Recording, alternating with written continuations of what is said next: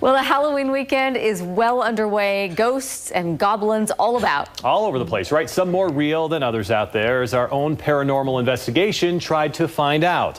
More on that from our Andrew Adams live in Pleasant Grove with a look at two totally different Halloween experiences. Andrew, what'd you find out?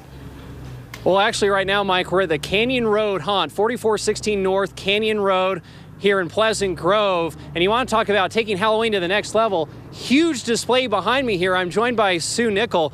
You own all this. What possessed you to do all this? The smiles we give people. We just enjoy everybody coming through and loving it and having fun with our families. When did you actually start setting up this display?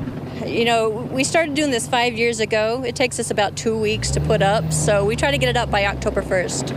Yeah, and we'll just move out of the way so you can get a little bit of a look at it. There actually looks like some robotic items here, and these were actually things that you made. Yes, everything that we've made, everything we've made is out of upcycled items, windshield wiper motors, anything I can get at yard sales, just things like that. Best news of all, proceeds benefit the local food bank. Now, these haunts are kid-friendly, but some that hang around the Salt Lake City and County building, not so much, as our investigation found out. It just becomes, I guess, part of the norm of our building. I just know not to be here late at night by myself. The Salt Lake City and County building, an imposing center of power since 1894, home to the mayor, city council, and apparently ghosts. As someone grabbed the side of my arm, and when I turned, no one was behind me. Jan Aramaki is a city employee. Walking these halls for the past 20 years, she's experienced plenty she can't explain. Okay, this is our back meeting room where one of our deputy directors used to sit. Aramaki says she always knew her coworker was in her office at night because she could hear her typing loudly. One night, I was leaving the office and I thought, oh, I'll go say goodnight to her. She's working late, and I opened the door and she wasn't here, and it just stopped. Ghost stories seem to be everywhere here.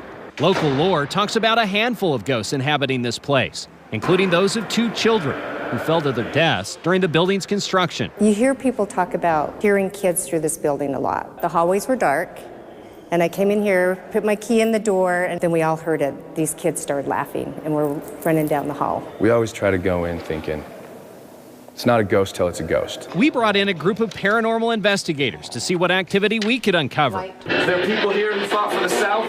The ghost hopping crew has spent nights in historic and scary spots across the country, armed with devices like the Ovilus. The idea is that energy can manipulate this. And soon, something did. Just said like 22 words in a row, now it went quiet. Are you done? We've gone to places where we've walked around for 4 hours and this thing hasn't made a peep. Not a peep. Video.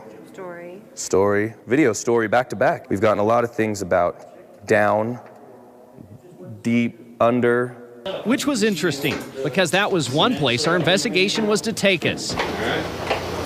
A realm few ever see, deep under the city and county building, into a tunnel that connects to the city library across the street. It's very quiet. It has a very creepy feel down here. In past decades, it was used to transport jail prisoners like convicted serial killer Ted Bundy to court hearings. Let's give this a try. Investigator Marcus turned on what's known as a spirit box. It quickly cycles through radio frequencies to create white noise. In theory, entities can use it to speak. Is there anyone down in this tunnel with us? We immediately got an indecipherable blip, but over the next 2 minutes, we get more interesting responses. No. Twice, we hear the word bad. Seconds later, the word evil. Was someone trying to tell us what was down here? Or perhaps the nature of crime someone committed long ago? All right, we won't go any farther than this. Back upstairs, How many of you are there? we asked the same question again minutes later. Same answer. We got a few intelligent responses, including another from the Ovilus that spoke to just what we were doing here. Paranormal. Nothing just said paranormal. Perhaps the ghosts knew us better than we thought. We either all misheard something, we either all convinced ourselves. As we wrapped, one last scare. A door rattling hard. Turned out just to be the security guard. Perhaps a not-so-subtle reminder to all investigators to remain skeptical. You have to be the type of person that says, I believe that this stuff exists, but not everything that I come into contact is it. You know, at one point I was on the 4th floor all by myself. I had this gust of wind go right past my head like that. I thought it was a wind draft, but I couldn't get it to replicate. Those kind of things play with your mind when you're investigating the paranormal, guys. All right, Andrew.